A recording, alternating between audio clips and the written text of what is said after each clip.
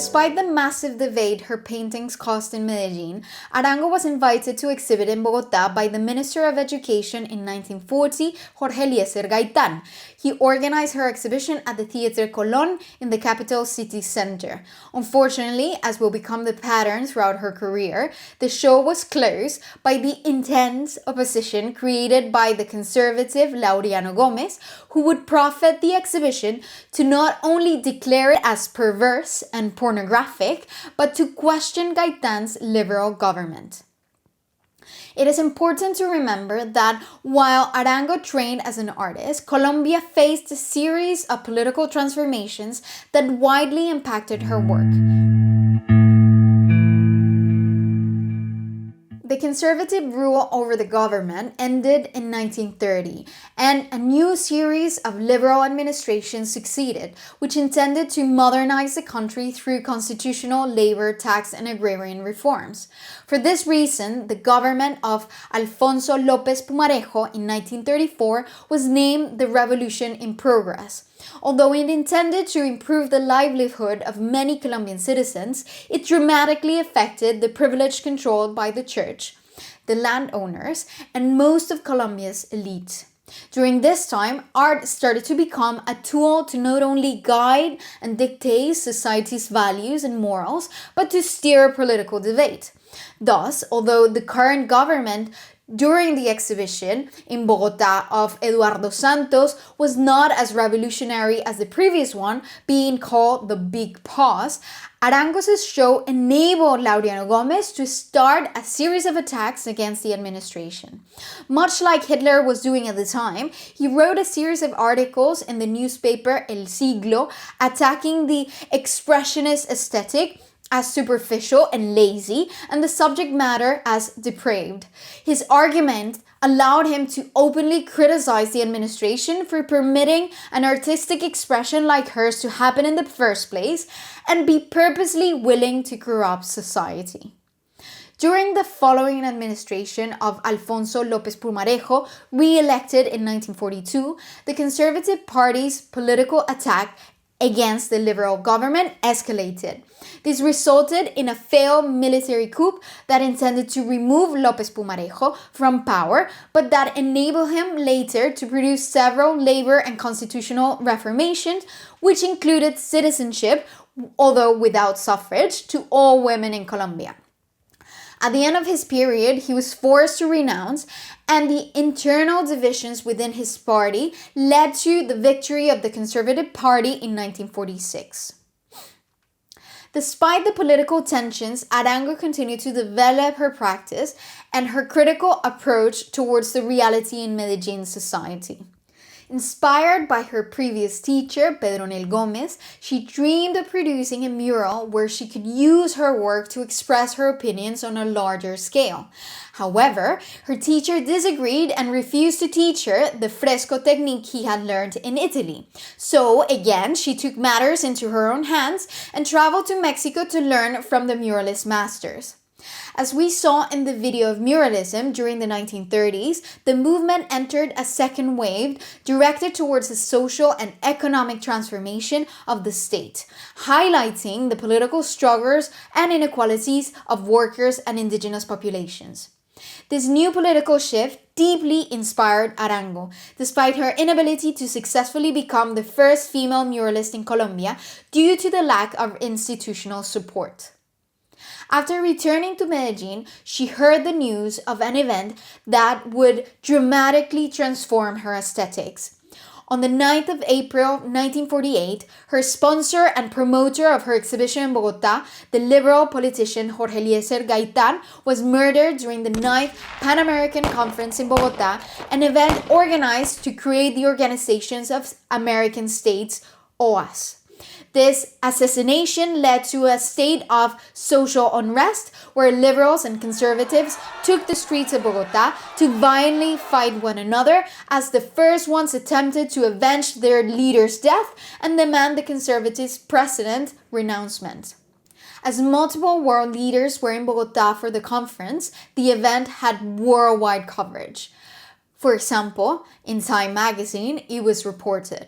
Jorge Eliécer Gaitán rousing leader of Colombia's Liberal Party, was also luncheon-bound. As he crossed the sidewalk, a man with a pistol in his hand slipped up behind him, fired 4 shots in his neck and shoulders. A lottery vendor standing in the doorway dropped his book, grabbed the assassin and shouted, "This is a man!" A cafe patron ran from another door, smashed a chair over the gunman's head. As Gaitán lay on the surgeon's table, his hysterical supporter stormed the capital, screaming, "Death to Laureano Gomez!" In mid-afternoon, the word spread. Gaitán was dead. Subsequently, she depicted these gruesome images in her painting, The Assassination of the 9th of April. In her watercolor, she illustrates the madness in the city, where it is impossible to distinguish who is fighting for whom. In the middle of the composition, there is a sign that says, "Long live Gaitán," under a church bell tower, where the mob are carrying a corpse of a man on a stretcher. For the first time, she paints women acting as fighters during the situation and not as mere victims, as we can see with the woman ringing the bells to alert the citizens or to call for a revolution. Underneath her, a clergy member tried to take her down by grabbing her ankles, while a series of priests and nuns attempt to climb the tower to protect themselves from the situation below. Likewise, we observe on the left what Dozier described in the Time magazine, mixing all those situations to reinforce her critical distance over the unmindful violence that this event will produce in the country. As the violence between both parties escalated, Arango's work became more and more political. She used several animals to mock and represent the disasters created by the country's poor political leadership. This resulted in the painting Laureano's Exit, where she illustrated the dismissal of Laureano Gomez from the Colombian presidency after General Rojas Pinilla coup d'etat. Her watercolor depicts Gomez as a massive toad carried on a stretcher in a parade led by death. At the end of the procession, General Rojas hits and removes the other toads of his government with the butt of his rifle. On the left, she presents a crowd that includes priests and clergy members celebrating the action. As the Colombian art historian and curator Álvaro Medina affirmed in the text for the exhibition Art and Bipartisan Violence in Colombia, her work allowed the audience to reflect on the fact that Rojas's coup was an action from the political center to mitigate and control the rising bloodshed between right and liberal left in the country. At first, Rojas's government resulted in a temporary peace period that allowed him to make several reforms that benefited the country, including women's suffrage in 1954. However, his ruthless administration was inevitably unable to control the country's social, economic, and political turmoil, resulting in an increased rejection of his rule, especially after the death of a student in Bogotá during a manifestation. Consequently, Arango developed the painting Student Strike and Rojas Pinilla, among others, that showcase the fallacies of his government driven by brutality and greed. Note the cup held by the giant toad that represents Rojas Pinilla, showing his greed and lust at a time when the country was falling apart. In 1954 and 55, Arango traveled to Europe. During her trip, the Institute of Spanish Culture invited her to exhibit in Madrid. Yet, as it had occurred with most of her exhibitions, Franco's administration deemed them decadent and politically adverse. As a result, she was forced to close the show the day after it was inaugurated. Disillusioned, she returned to Colombia to face a situation that led her to abandon political art altogether. As the liberal and conservative parties started to see the threat of Rojas's administration, they decided to unite against him and politically divide the country between them.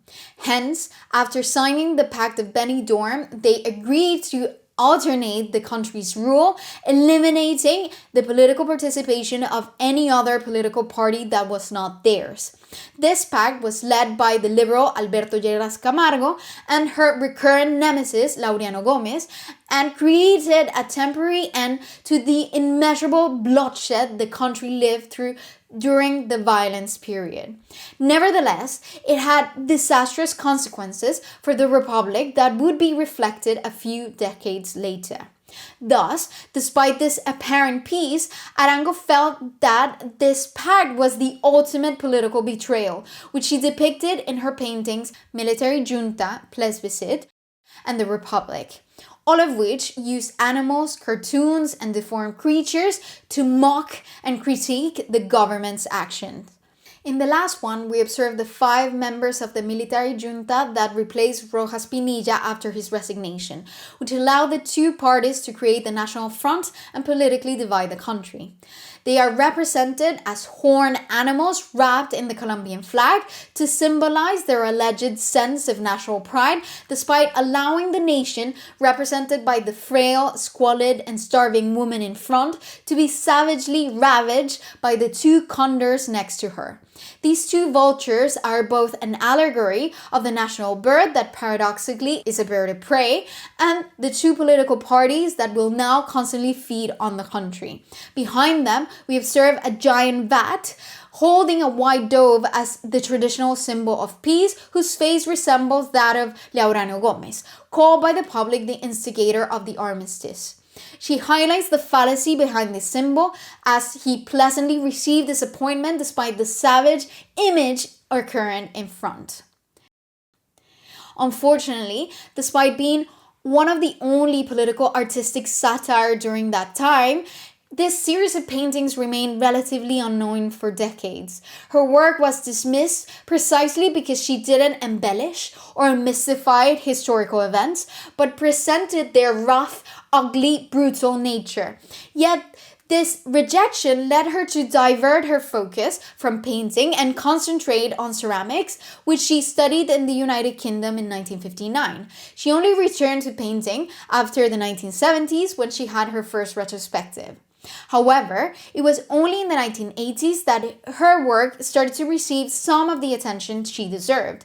Previously set aside by art critics like Marta Traba for focusing exclusively on figurative painting and not on abstraction, she only found the attention of the national critique once the art world started to revisit expressionism in the last decades of the century. Still, despite being canonized in Colombia as the ultimate painter that undressed Colombia, she's not well known internationally, as the country continues to reject using her as an artistic symbol of the nation. For example, in 1995, she was excluded from the Colombian envoy of the Biarritz Festival, as her work represented a negative image of the Republic. Moreover, until this day, many press writers and critics continue to use the word surreal to characterize some of her paintings due to her use of animals and other allegories to represent the country's political situation. And I ask you again, do you think those categories are fair? I invite you to continue researching her work, as she deserves a more significant number of people like us who observe her work critically and recognize her immense contributions to art history. Thank you.